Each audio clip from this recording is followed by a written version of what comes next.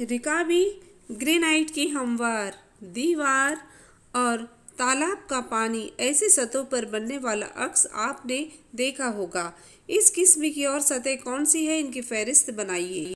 हमवार आईने के सामने खड़े होकर इसमें अपना अक्स देखिए।